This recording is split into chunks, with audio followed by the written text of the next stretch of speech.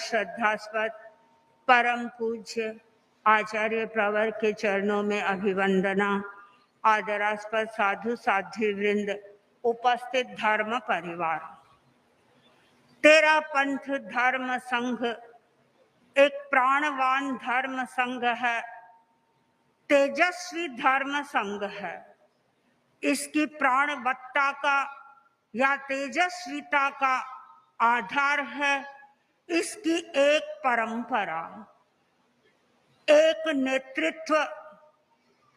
नेतृत्व के कारण तेरा पंथ धर्म संघ ने पूरे विश्व में अपनी छाप छोड़ी है। और जहां एक नेतृत्व होता है, अनेक कार्य करने की सुलभता भी होती है। और तेरा पंथ धर्म संघ में सहज ही गुरु के प्रति निष्ठा, समर्पण और आस्था के भाव हमें चारों ओर दिखाई देते हैं।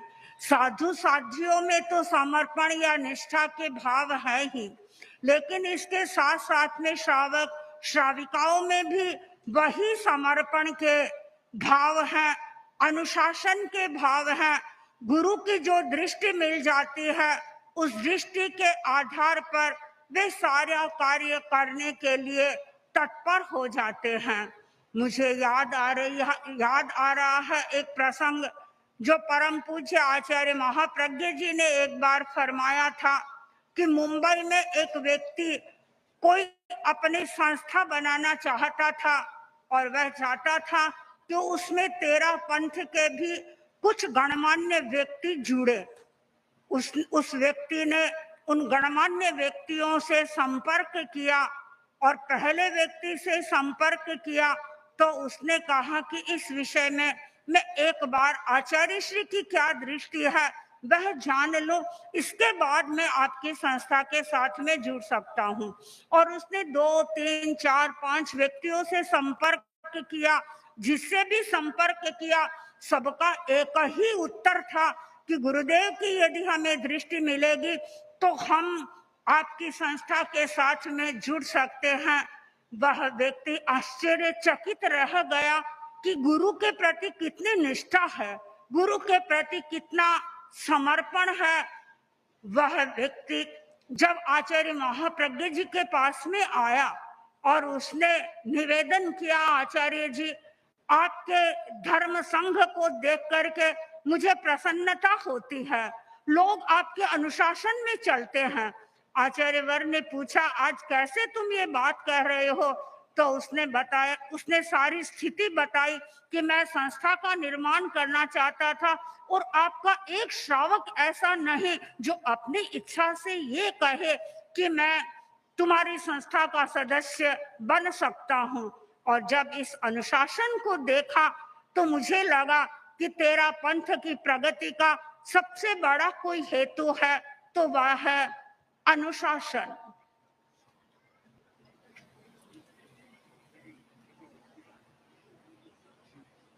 तेरा पंथ धर्म संघ की प्रगति का एक आधार स्तंभ है, वह है विनम्रता। तेरा पंथ धर्म संघ की नींवों में विनम्रता के संस्कार दिए गए हैं और उन संस्कारों के कारण ही हर साधु और साध्वी के मन में गुरु के प्रति सहज समर्पण के भाव हैं। और जो आगमों में उल्लिखित विनीत की परिभाषा आती है, वह परिभाषा हम अपने साधु साध्वियों में देखते हैं। उत्तराध्ययन सूत्र में विनीत की परिभाषा की गई है। वहां बताया गया है विनीत कौन होता है। आना निर्देश करे गुरुण मुवाय कार्य इंगियागार संपन्ने से विनीयति उच्चई। विनीत वह होता है जो गुरु के इंगित को समझता है और गुरु के आकार को समझता है। विनीत वह होता है जो गुरु की शुश्रूषा करता है, गुरु की सेवा के लिए तत्पर रहता है। और विनीत वह होता है जो आज्ञा का पालन करता है, निर्देश का पालन करता है। गुरु की जो आज्ञा हो गई, जो निर्देश हो गया, वह उसे करना है, और उसको उसकी उस आज्ञा को पूरा करने में वह हर समय तैयार रहता है, तत्पर रहता है, कभी भी आनाकानी नहीं करता, चाहे कैसा भी गुरु आदेश दे दे। और सचमुच में वह गुरु भी धन्य होता है जिसे विनीत साधु और साधियों की एक संपदा उपलब्ध होती है, और स्वयं आचार्य भी विनम्र होते हैं। तेरा पंथ की परंपरा का इतिहास आप पढ़ेंगे तो आपको प्रतीत होगा कि हमारे आचार्य भी कितने विनम्र रहे हैं। हमने परम पूज्य आचार्य वर्ग को देखा और वर्तमान में भी देख रहे हैं। आचार्य वर्ग विनम्रता की परंपरा का किस प्रकार निर्वहन कर रहे हैं। परम पूज्य आचार्य महाप्रज्ञ जी तो कई बार फरमाते थे कि महाश्रवण को देखो, बैठते हैं तब भी ध्यान रखते हैं। कभी कभी व्याख्यान में कुर्सियां लगती थी, आचार्य वर्ग की भी कुर्सी लगती थी, युवाचार्य वर्ग की भी कुर्सी लगती थी। तो युवाचार्य वर्ग का हमेशा ये इंटेंशन रहता था कि आचार्य वर्ग से कुछ पीछे मेरी कुर्सी लगे, कभी बराबर में मेरी कुर्सी नहीं लगे। यद्यपि आचार्य महाप्रज्ञ जी तो ये फरमाते थे कि आचार्य और युवाचार्य की देह दो होती है, उनकी आत्मा एक ही होती है। और उस दृष्टि से युवाचार्य कहीं पर भी बैठे कोई बहुत बड़ी बात नहीं थी, किंतु आचार्यवर विनम्रता की परंपरा के पोषक रहे हैं और आचार्यवर स्वयं विनम्र रहे हैं। और जो व्यक्ति विनम्र होता है वही व्यक्ति ऊंचाइयों को प्राप्त करता है। संस्कृत साहित्य में एक सूक्त आता है, कुछ ही दिनों पहले आचार्यवर ने फरमाया था, विनयात याति पात्रता, यानी जो विनयशील व्यक्ति होता है वह पात्रता का अर्जन करता है, यानी वह योग्य बनता है, वह ज्ञान को ग्रहण कर सकता है। और जो विनम्र व्यक्ति नहीं होता है उसके पास यदि ज्ञान होता है वह भी चला जाता है। तो विनम्र व्यक्ति हमेशा अपनी अर्हता को बढ़ाता है, वह ज्ञान को प्राप्त करता है। और विनम्र व्यक्ति पर गुरु भी प्रसन्न होते हैं और प्रसन्न होकर के अपने ज्ञान का संप्रेषण उसमें कर देते हैं। मैं इस संदर्भ में उपनिषद की एक कथा का उल्लेख करना चाहूंगी। सोमश्रव नाम का एक शिष्य था, गुरु की आराधना करता था, गुरु की भक्ति करता था, गुरु के सारे कार्यों को वो संपादित करता था, गुरु को यज्ञ करना है तैयार रखता था, गुरु जब सोना तैयार कर देता, खाना खाने के लिए जाते उनके लिए आहार आदि की सारी व्यवस्था कर देता था, यानी हर कार्य को वह करके संतोष की अनुभूति करता था और गुरु भी उस पर बहुत प्रसन्न रहते थे। किंतु एक दिन ऐसा योग मिला कि सोमश्रव स्वाध्याय कर रहा था और स्वाध्याय के समय वह इतना तल्लीन हो गया, इतना एकाग्र हो गया, गुरु ने 2-3 बार आवाजें दी, सोमश्रव तुम आओ, सोमश्रव तुम आओ, किंतु वह इतनी गहराई में चला गया था कि गुरु के शब्द उसके कर्ण कुहरों में नहीं टकराए और परिणाम ये हुआ कि गुरु को अच्छा नहीं लगा। गुरु ने कहा कि जाओ, दूसरे शिष्यों को कहा जाओ सोमश्रव को आश्रम से बाहर निकाल दो, उसकी यहाँ जरूरत नहीं है, जो विनम्र नहीं है वह यहाँ रह करके क्या करेगा। गुरु की आज्ञा थी, शिष्यों ने जाकर के कहा सोमश्रव को कि गुरु का निर्देश है तुम आश्रम से बाहर चले जाओ। वह भी क्या कर सकता था, आदेश जो था, सोमश्रव आश्रम से बाहर चला गया, लेकिन उसके मन में गुरु के प्रति भक्ति थी, गुरु के प्रति श्रद्धा थी, आस्था थी और वह हमेशा की तरह आश्रम में आ जाता समय पर और जितने कार्य थे वे समय पर संपादित करके चुपचाप आश्रम से बाहर चला जाता। एक दिन संयोग ऐसा मिला कि सोमश्रव आया नहीं, लेट हो गई और उसके कारण न समिधा की लकड़ी अच्छी तरह से रखी गई और न अन्य जो कार्य थे वो भी संपादित नहीं हो पाए।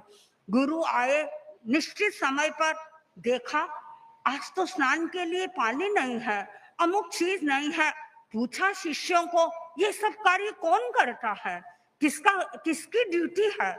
शिष्यों ने धीरे से कहा, गुरुदेव ये सारे कार्य तो सोमश्रव ही करता है। गुरु ने कहा, सोमश्रव को तो मैंने आश्रम से बाहर कर दिया था, पर उसकी गुरु भक्ति है और वह गुरु भक्ति के कारण चुपचाप आश्रम में आता है और सारे कार्यों को संपादित करके चला जाता है।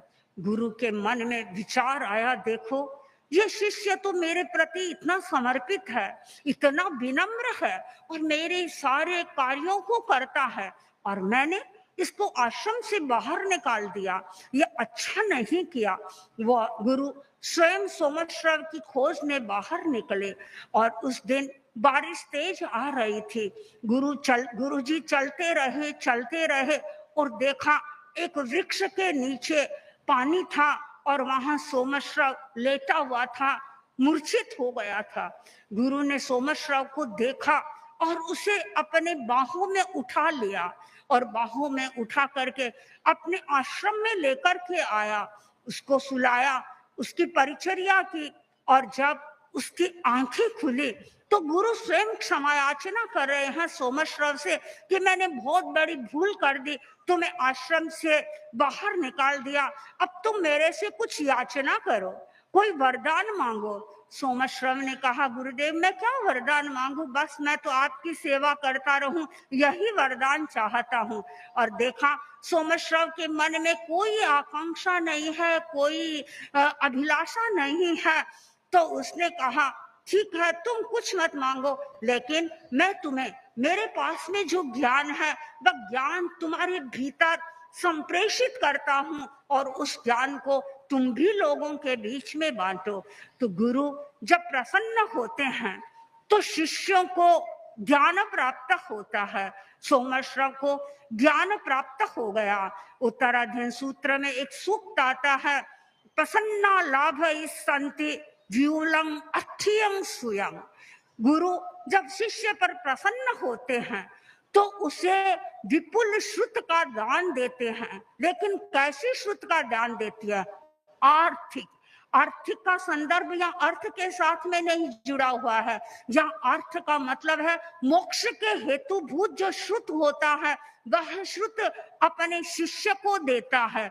जो व्यक्ति विनम्र होता है वह अपने गुरु से ज्ञान प्राप्त कर सकता है। जो शिष्य गुरु की दृष्टि की आराधना करता है, जो शिष्य अनुशासन में रहता है, वह विकास की ऊंचाइयों को प्राप्त कर सकता है। और तेरा पंथ धर्म संघ इस माने में सचमुच में एक सौभाग्यशाली संघ रहा है जिसमें एक गुरु का नेतृत्व हमें प्राप्त है और एक नेतृत्व होने के कारण गुरु अपने शिष्यों को ज्ञान का दान दे रहे हैं, विनम्र बनने की शिक्षा दे रहे हैं और विनम्रता, अनुशासन, ज्ञान आदि के आधार पर ये संघ उत्तरोत्तर प्रगति करता रहा है। ओम अर्हं।